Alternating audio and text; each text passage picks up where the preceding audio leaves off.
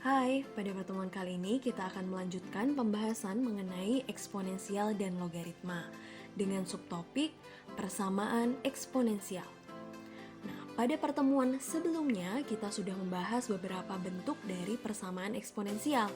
Di antaranya yaitu bentuk pertama, bentuk yang kedua, dan bentuk yang ketiga. Nah, pada pertemuan kali ini kita akan melanjutkan pembahasan ke bentuk yang keempat. Mari kita lihat bersama. Nah, kalau dilihat-lihat nih, sepertinya bentuk yang keempat ini cukup familiar. Ya, jadi bentuk yang keempat ini mirip seperti bentuk persamaan kuadrat pada umumnya.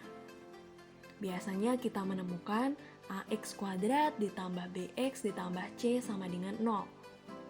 Nah, kali ini variabel x dengan fungsi eksponensial, di mana base-nya di sini berupa angka dan eksponennya berupa fungsi. Tentu dengan syarat-syarat seperti yang sudah tertulis di layar kalian.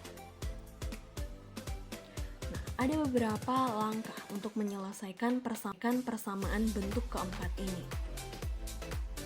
Yang pertama, kita akan terlebih dahulu menyelesaikan persamaan kuadratnya. Jadi fokus ke persamaan kuadratnya. Ax kuadrat ditambah bx ditambah c sama dengan 0. Jadi lupakan sejenak fungsi eksponennya. Kemudian di langkah yang kedua, kita akan cari himpunan penyelesaian atau nilai x dari fungsi eksponensialnya. Tentu dengan mengingat kembali sifat-sifat eksponen. Kita lihat ke contoh soal. Di sini diketahui ada 3 pangkat 2x plus 1 plus 27 sama dengan 82 dikali 3x. Nah, kita akan jalankan langkah yang pertama, selesaikan persamaan kuadratnya. Nah, kita pindah ruas ya. 82 dikali 3 pangkat x menjadi seperti itu. Kemudian kita akan fokus ke bagian depan. Di bagian 3 pangkat 2x plus 1 kita akan gunakan sifat dari eksponensial. Karena di sini pangkatnya penjumlahan, berarti kita bisa pisahkan seperti ini. 3 pangkat 2x dikali 3 pangkat 1 artinya. Kemudian kita akan rubah sedikit urutannya seperti itu. Nah, kemudian kita fokus ke sini. Kita akan pisahkan 3 pangkat 2x menjadi seperti ini. Ini sifat eksponen ya. Is juga berikan tanda kurung di bagian 82 dikali 3 pangkat x. Supaya apa? Supaya kita bisa memisalkan 3 pangkat x dengan p. Supaya apa? Supaya kita bisa temukan bentuk persamaan kuadrat umumnya. Kamu bisa lihat di sini.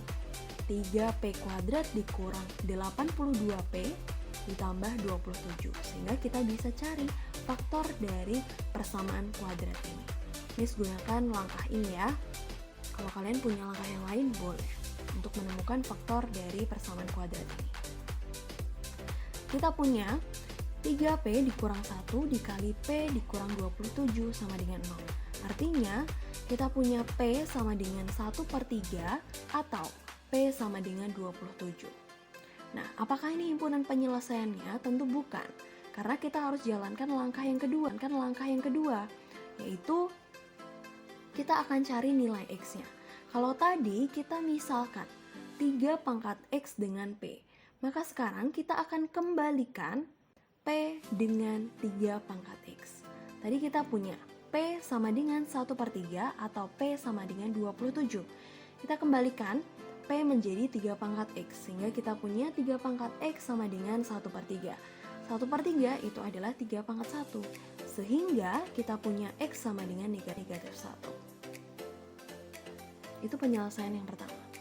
Kemudian P yang kedua kita akan ganti juga dengan 3 pangkat X sama dengan 27. 27 itu adalah 3 pangkat 3. Sehingga kita punya X sama dengan 3. Nah, inilah dia yang kita cari, nilai X-nya, himpunan penyelesaiannya. Sehingga kita punya himpunan penyelesaian negatif 1,3. Dan ini